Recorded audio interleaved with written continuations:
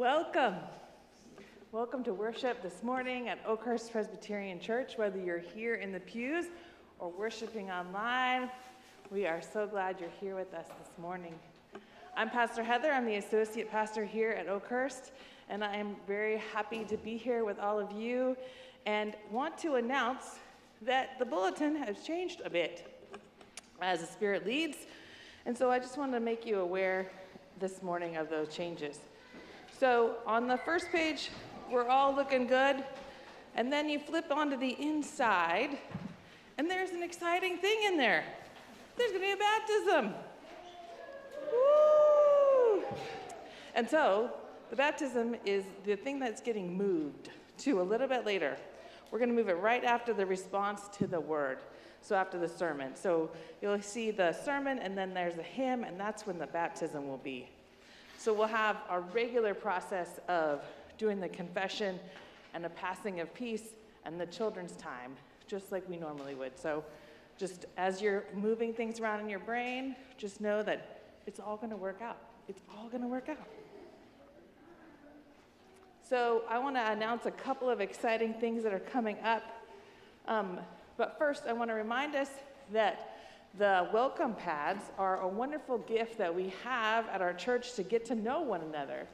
And so we have these lovely green pads that will get passed out down the aisles. And when you open it up, there's an opportunity for you to show that you belong here, to put your name and to say where you are, because we're excited to get to know you and for you to get to know us and to be a part of a community together. So as you pass that down, people can see your name and you can talk to each other. Because, little spoiler, you're going to talk to each other during the sermon. So get ready for a little mingling today. There's also our lovely green sheets that I'm sorry I don't have. But in the pews, there's a green sheet there to write your prayers down of your joys and concerns. And Kathy has one waiting for you to see. Please use that to write down what's going on in your lives, and the ushers will collect that with the children's time. So we have announcements around kickoff that's going to be on August 20th, and it's going to be our reception or breakfast, our breakfast down in the fellowship hall to start off our program year and Sunday school and to get to know one another again after the summer. So please mark your calendars to be here on August 20th for that.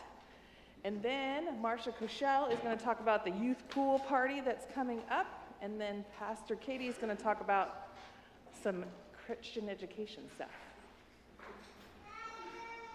Good morning. My daughter Kate used to put on flippers and come up and make this announcement, but she refused to do that. So we're having a pool party. It's really for the entire church. We're going to meet at Glen Lake Pool on Friday, August 18th from 6 to 8 p.m. We have not rented the pool. It's open, but we found it tends to not be so crowded on Friday evenings, and it's a good time.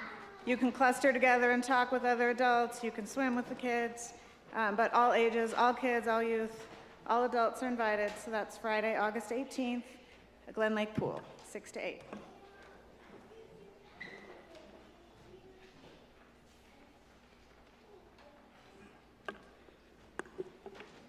I'm trying to figure out whether or not to volunteer to do that in flippers next year, but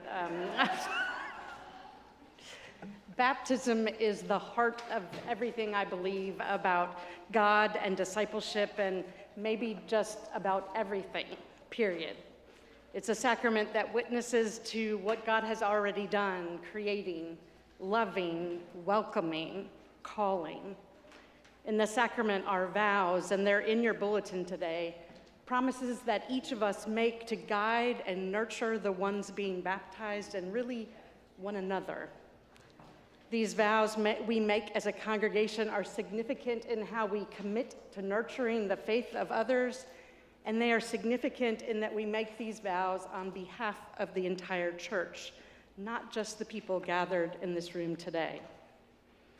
I was baptized in the narthex of the Catholic Church on the campus of the University of Wisconsin before we moved to Germany.